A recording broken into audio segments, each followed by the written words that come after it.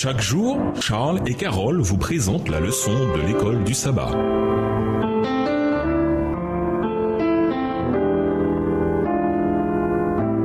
Bienvenue dans votre émission Dieu nous parle. Voilà la leçon de vendredi. Pour aller plus loin, le plan du salut ne propose pas aux croyants une vie dépourvue de souffrances et d'épreuves ici-bas.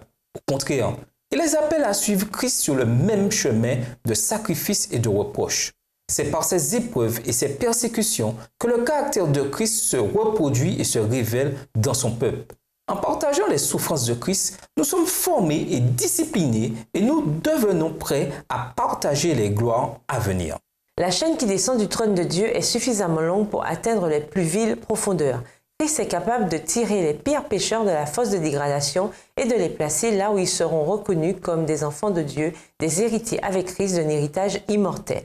Lui que le ciel entier honorait, il est venu en ce monde de la nature humaine comme chef de l'humanité, attestant aux anges révoltés et aux habitants des mondes qui n'ont pas connu la chute que grâce à l'assistance divine rendue possible, chacun peut marcher dans le sentier de l'obéissance au commandement de Dieu.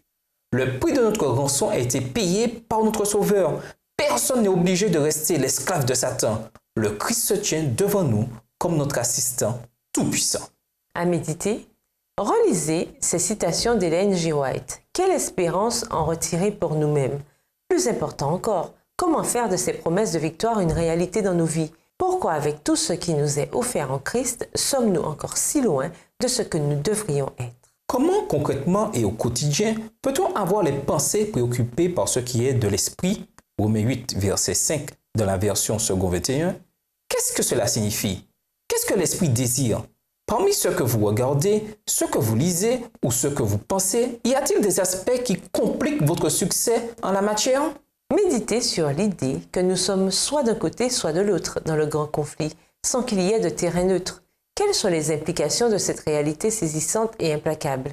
Quel impact cette prise de conscience devrait-elle avoir sur la manière dont nous vivons et sur les choix que nous faisons, même dans les petites choses?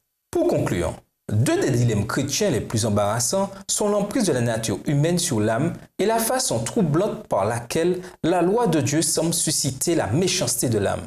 Comme la section « Il est écrit » le dit, n'est-ce pas lorsque sa mère lui dit « ne touche pas à la cuisinière » qu'un enfant est davantage tenté d'y toucher?